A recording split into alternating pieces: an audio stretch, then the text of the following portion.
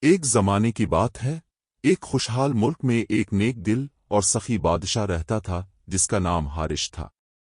بادشاہ حارث اپنے دریا دل ہونے کی وجہ سے پورے ملک میں مشہور تھا۔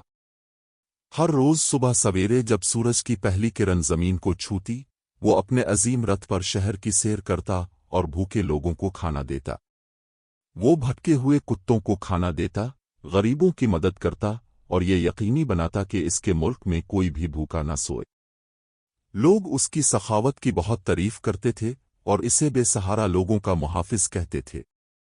ایک دن جب بادشاہ کتوں کو کھانا دے رہا تھا، ایک چالباز وزیر جو اس کے ساتھ تھا، کہا، جلالتمآب، آپ کے بغیر یہ غریب جانور بھوک سے مر جاتے۔ آپ ان کے نجات دہندہ ہیں، آپ کی سخاوت کے بغیر ان کا کوئی نہیں۔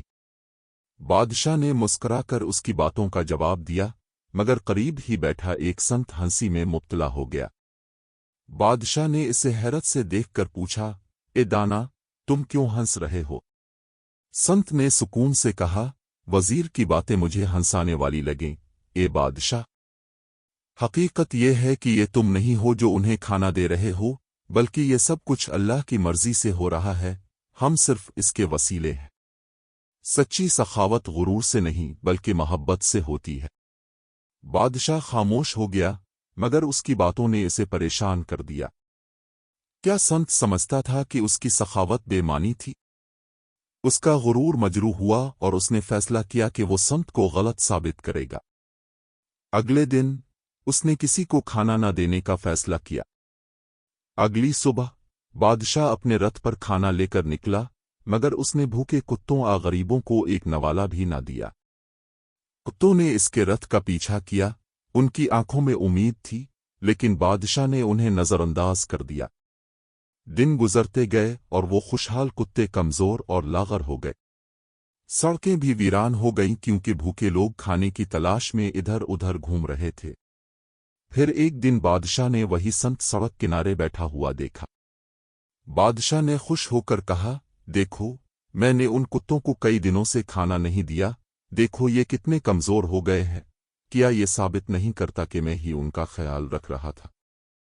سنت مسکرا کر بولا، بادشاہ، کیا تم نے غور کیا کہ یہ کتنے دنوں سے زندہ ہے؟ بادشاہ نے کہا، زندہ؟ یہ بمشکل زندہ ہیں، کچھ دن اور بغیر کھانے کے یہ مر جائیں گے۔ سنت نے سر ہلایا اور کہا، زندگی اور موت اللہ کے ہاتھ میں ہیں، اگر ان کی تقدیر میں دکھ ہے تو وہ ایسا ہی ہوگا، لیکن سچی سخاوت یہ نہیں کہ تم خود کو ثابت کرو، یہ صرف بے لوث محبت سے دینا ہے۔ بادشاہ نے فیصلہ کیا کہ وہ سنت کو غلط ثابت کرے گا۔ اگلی صبح وہ اپنے رتھ پر کھانا لے کر نکلا، مگر تقدیر نے کچھ اور ہی منصوبہ بنایا۔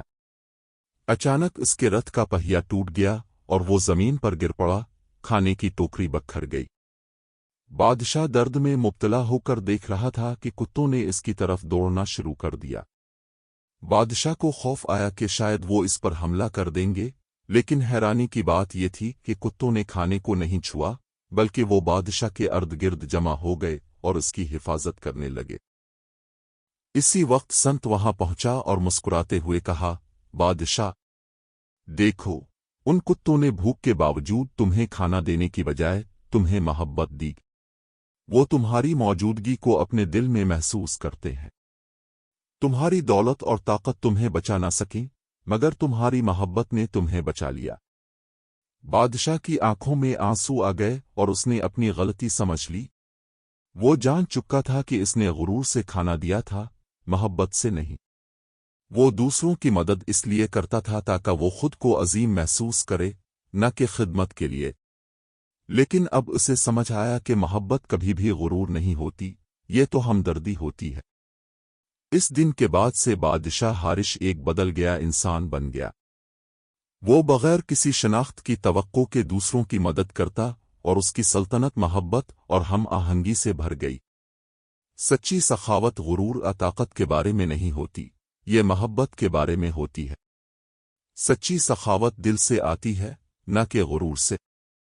جب ہم دیتے ہیں تو یہ محبت کی وجہ سے ہوتا ہے، نہ کہ اپنی عظمت ثابت کرنے کے لیے۔ جو ہم محبت سے دیتے ہیں وہ ہمیشہ ہمیں غیر متوقع طریقوں سے واپس آتا ہے۔